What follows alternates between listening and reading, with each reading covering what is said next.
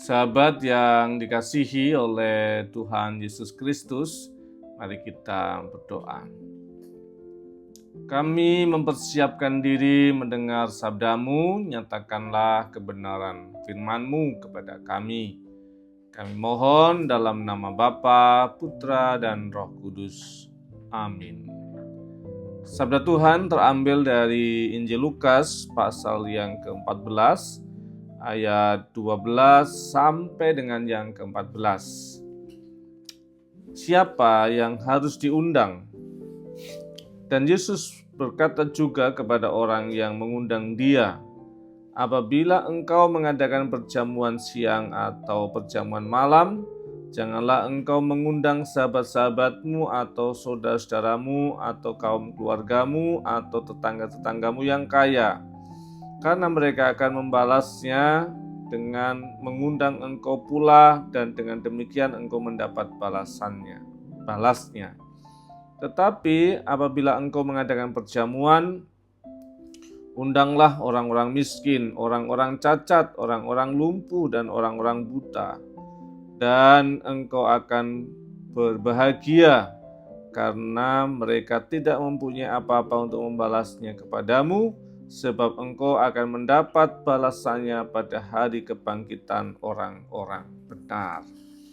Sahabat yang dikasihi oleh Tuhan Yesus Kristus, kita coba menghayati teks kita berdasarkan dari teks bahasa Yunaninya.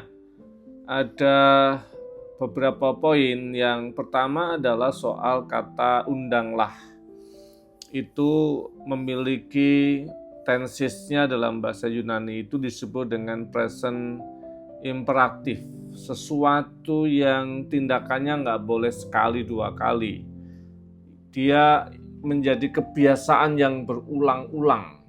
Kapanpun engkau mengadakan perjamuan, mengadakan pesta, maka ada sesuatu yang harus terpenuhi, yaitu dengan cara mengundang orang-orang miskin, orang-orang cacat, orang-orang lumpuh, orang-orang buta, orang-orang yang dalam bahasa Yunaninya itu ada dalam bentuk akusatif plural yang intinya adalah orang dengan spesifikasi tertentu yang membutuhkan bantuan, yang membutuhkan pertolongan, yang membutuhkan belas kasihan. Jadi di sini sudah ketemu ya, bahwa yang diperintahkan Tuhan itu sesuatu yang berulang, nggak boleh cuma sekali dua kali, selalu harus begitu, standarnya harus begitu. Dan siapa yang diundang adalah mereka yang butuh pertolongan, mereka dalam kondisi khusus yang harus diberi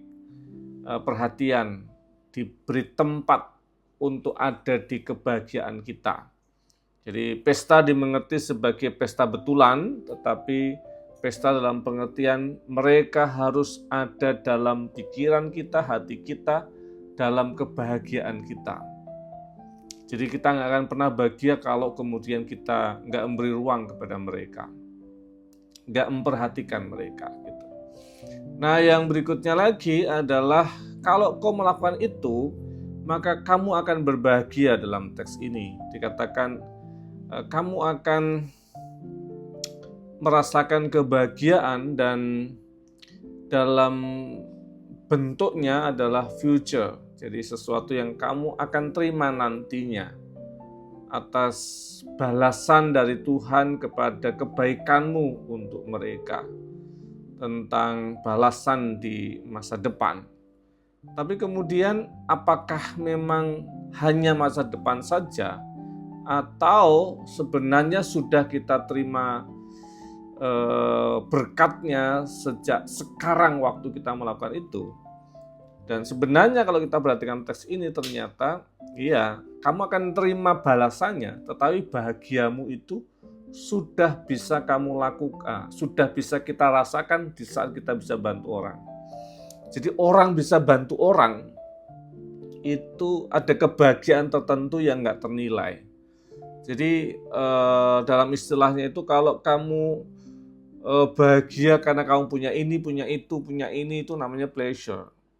Dan itu bahagia ya, iya bahagia, tapi ada satu bahagia yang lebih deep lagi, itu adalah meaningful. Bahwa kita bermakna, kita berguna, kita bisa membantu, kita bisa memberkati orang melalui hidup kita. Itu meaningful. Itu melampaui kebahagiaan sekedar pleasure saja gitu ya. Jadi nanti ada berkatnya, sekarang juga udah dapat berkat bahagia, sukacita yang terdalam itu.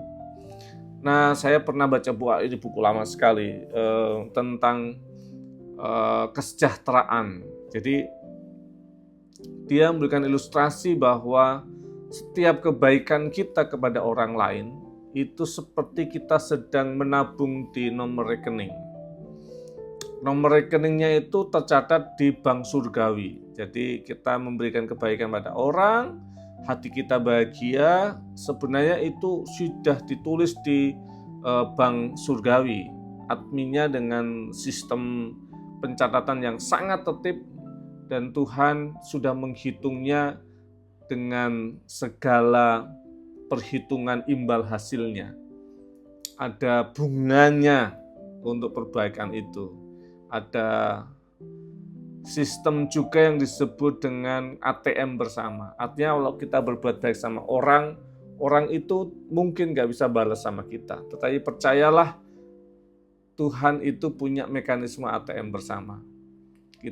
Tuhan bisa pakai orang lain yang bahkan mungkin tidak pernah berjumpa dengan kita sebelumnya, bisa menolong kita. Jadi itu bagian-bagian penting yang bisa kita hayati tentang